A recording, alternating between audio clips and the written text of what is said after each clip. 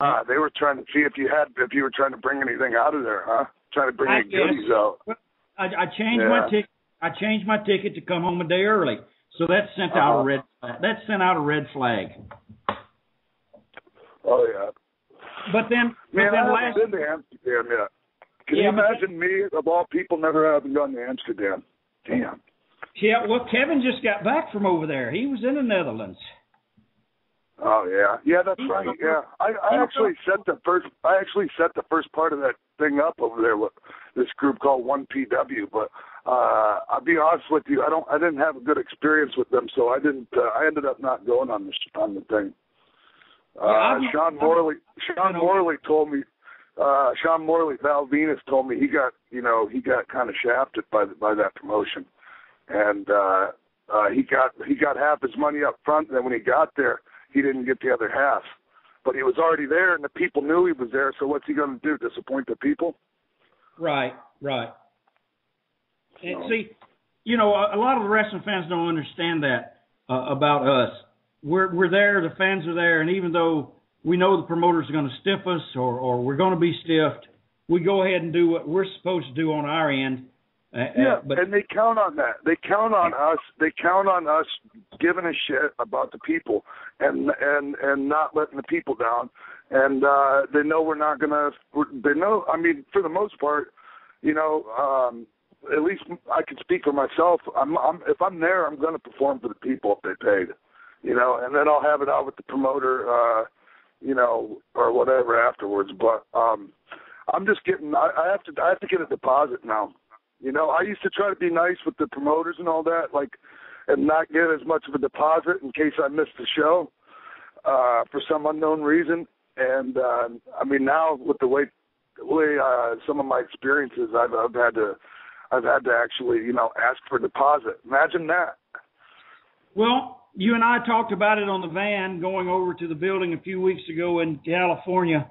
I've had to change the way I do business because sometimes these I'm on Wikipedia, I've got a website, you can find me in a million places. I'm in the phone book. At least learn how to spell my goddamn name.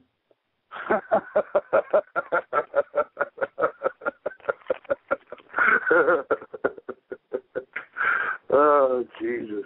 But yeah, I mean, we just have, especially that overseas stuff, or if you're going, if you're going, 100 miles in your car, if you get shafted, so what? You still get your 12-pack and head back home or something. But when you get on an airplane, you really need to know that you're going to get paid. That's the thing, man.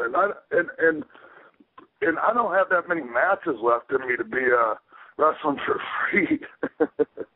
Well, you do a pretty darn good job, and I was watching the other night. They sent me a clip of you with Chikara. You were in the locker room. You'll have to tell me what these guys are about. But you didn't have the Mickey Rourke spray painted abs. You got the real abs. Oh yeah, I've been actually trying to be in shape, because my body's falling apart. So the only way I can keep on going is to actually be in shape now. When I was younger, I could get away with not working out. Well, not anymore, man. Not anymore. But what do you do with Chikara? What is that group about now?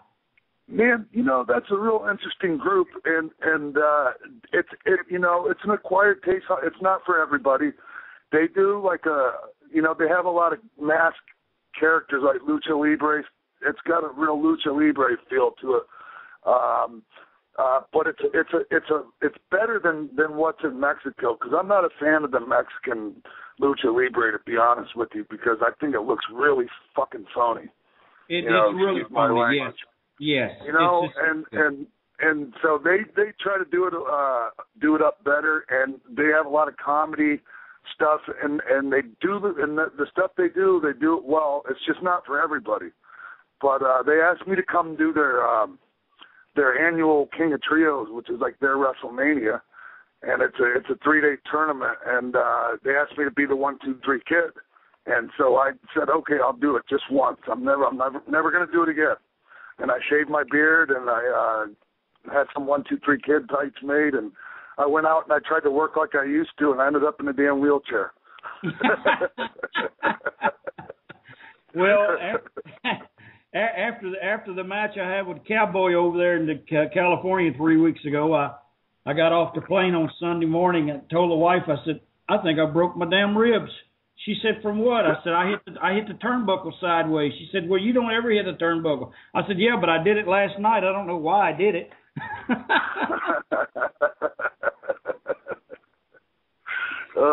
Yeah, but so Chikara's not, it's like I said, not everybody's cup of tea, but it's worth it. I think it's worth a glimpse, just to see if you like it. Yeah, I thought it was showbiz, man. It's all it's all showbiz. It's all entertainment, and it's just a different kind. It's a real niche, I could see by watching the clip that you were having fun in the locker room, like you and I talked on your show a couple Wednesday nights ago. You were having fun, and if you don't have fun, what did we say? Stay home. Yeah. Yeah, and they really rolled the red carpet out for me, and paid me so much respect, Honky, and that's why it was so fun to be there. It had nothing to that particular 3 days had nothing to do with the money. It was the people out. They showed me so much love that weekend. It was a really cool thing. I didn't go out there and try to work their style. I just went out there and did my own thing, just like I did in Mexico. So, and the people enjoyed it, and I'm grateful. So. Well, I can say this, and I told you on your show, I was watching the match you had with those two young fellows in California, and you still have that bounce in the step, and you still have the Bronco Buster, brother. As long as you got the Bronco Buster, you can live forever. I found that to be the case. Like if I've got like three or four things, as long as I get those in, the people are happy. And one of them, if I ever forget to say I got 2 words for you on the mic, boy, the people they get real depressed. Well, I'm the same way. As long as I told Jimmy Hart when I came out of the ring, I said, Jimmy, as long as I can fit in a jumpsuit and sing that damn song, that's all that matters. That song, I'll never ever, as long as I live, forget the words to that song from beginning to end. I mean, what a catchy tune. Well, we've got certain little things that we do, and you know that yourself, that you interject into a match at a certain time, and you know that it's going to work for you. And you guys did it. You and Kevin did it to perfection the other night with those boys. Thank you. That was really fun. That was, to me, it was quite a bit of smoke and mirrors out there, to be honest with you. Those guys, they did a real good job for us. They were there to make us look good and, not expose our limitations. And man, they did it. They couldn't have done a better job for us. I was really grateful to, I'd never heard of those guys before, but I was really happy with the match I had with them. Yeah, they were really good boys. The one boys he's had several dark matches with WWE, and of course TNA brought him over for a dark match and never paid him. Terry Taylor, that's one thing. That's one bone I have to pick with Terry Taylor, that every time I see Terry, I said, why don't you pay that Jason Styles boy from California the money that you owe him for him coming over and doing that thing? Did they really stiff him? Did they really pop him? Yeah, that's they pathetic, man. That's pathetic. Yep, and Jason, that company's making money, I guarantee you. Yeah, well, the one thing I can say about Vince McMahon is, of all the problems that we've all had with him, his checks do not bounce. Never. And you know what, Honky? Every time I ever complained about a payoff, they always sent me an extra $5,000 just to shut me up. That's fun. Let me tell you something. I'm glad you mentioned that number, because I went into Vince one time and I said, I threw the check down. He said, what is this? I said, it's not my check. He says, yes, it is. It's your check. I said, no, it's not my check. He said, well, what's wrong with it? Short. Okay. Now you're laughing because you know where I'm going with this. Keep going though. So every time after that I complained, I locked myself into $5,000. Don't you wish you would have said like 10 or 20? I know. What an idiot. What a stupid idiot I am. I should have said I need 15 more grand. Well, if he'd have said no, more like 10.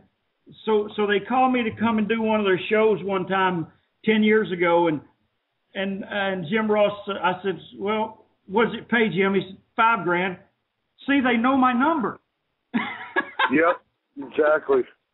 Exactly. One time I called Vince. I was in like pretty close to the top of the card on a SummerSlam, and obviously that's what the second biggest pay-per-view of the year. Maybe that between that and Royal Rumble, I guess, you know. Right. And I was in a hair match. I took Jeff Jarrett's hair, and we had a good match too. Man, it was a heck of a match, and I was really not pleased with my payoff. And I called Vince direct. I didn't even go to Jim Ross. Like, I called Vince, and he answered the phone, and I said, Vince, when did you start paying by the pound? He got happy, and he said, if that's the way this conversation's going to go, then this conversation's over. And I kind of backpedaled a little bit, and I'm like, oh, I'm sorry. I'm like, just come on. I'm like, it was, I kind of gave him the old come on defense, and I got my $5,000. So the moral of both of our stories is we're locked into $5,000 anytime we complain. That's right. We did it to ourselves. And I was telling Bundy the story once, and he says, I never complain about my money. I said, well, that's why they're not paying you. And you're right. You're right. You have to ask. You have to like.